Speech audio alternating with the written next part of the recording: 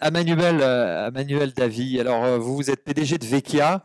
Alors racontez-nous un petit peu votre parcours, comment ça a démarré tout ça, votre parcours d'entrepreneur, et puis où vous en êtes aujourd'hui, et quel a été la petite clé de changement où il a fallu s'adapter, il fallait rebondir.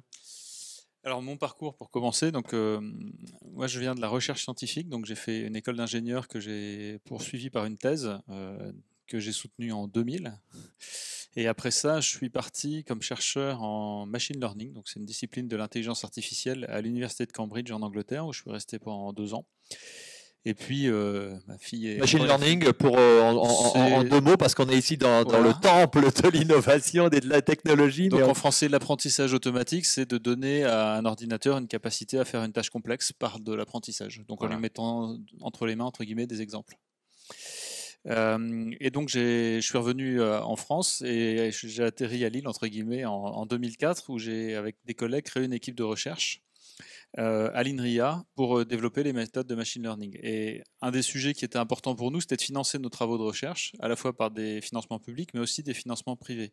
Et naturellement, on s'est tourné vers les entreprises régionales pour conclure des partenariats de recherche. Et c'est là où en fait j'ai ouvert les yeux sur la réalité des outils qui est sur notre sujet aujourd'hui, qui est la gestion des stocks dans la distribution et l'industrie. Quand je parle d'outils, je parle de logiciels informatiques, hein, et j'ai pris conscience qu'en fait il y avait un décalage extrêmement grand entre ce qu'on faisait dans les labos et le niveau de la technologie et ce qui est utilisé sur le terrain par les opérationnels tous les jours, qui se trouvent à faire des tâches répétitives peu intéressantes et sans valeur ajoutée. Et donc, alors que l'ordinateur peut le faire de manière automatique, de manière parfaitement efficace, même plus efficace. Ouais. Et donc, ça a été le point de départ. Et donc, avec un de mes doctorants et son frère, on a créé l'entreprise en 2008.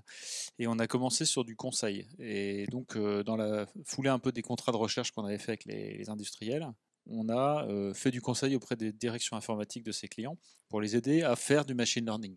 Alors c'était très ambitieux et c'était un peu à côté de la plaque puisque finalement ils avaient envie mais ils ne savaient pas le faire. Et encore aujourd'hui ils ne savent pas le faire. Et donc assez vite on a compris ça et on s'est orienté sur du logiciel.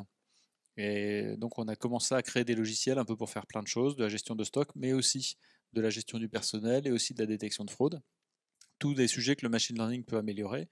Et donc il y a certains logiciels qui n'ont jamais marché, donc c'était des vrais échecs, mais qui nous ont permis d'apprendre des choses et d'explorer notre marché. Et donc l'échec, je profite de cet exemple pour Bien sûr. donner un point de vue, c'est que c'est le témoin du fait que vous êtes en exploration. Et sans exploration, il n'y a pas de réussite en fait. Et donc il y a des moments où ça doit mal se passer, pas tout le temps évidemment, sinon c'est compliqué. Mais il faut accepter l'échec comme étant un point de la courbe d'apprentissage. Et donc, on a exploré, on a fini finalement assez tardivement, puisque c'est en 2014 qu'on a positionné définitivement notre sujet sur la supply chain. Et encore, il y a 1 an et demi, on a encore fait une évolution majeure dans notre modèle économique, puisqu'on est passé sur un modèle qu'on appelle SaaS, c'est-à-dire que le logiciel n'est plus installé chez le client, mais il est accessible à travers Internet. Donc, c'est des évolutions technologiques fortes.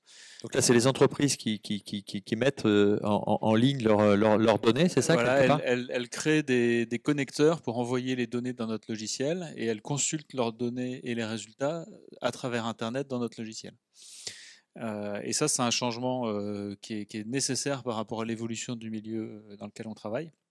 Et donc, ça a fait que, de surcroît, l'ancien modèle, en fait, aussi commençait à péricliter, donc il y avait une forme d'échec, donc il a fallu là rebondir et retrouver un nouveau modèle.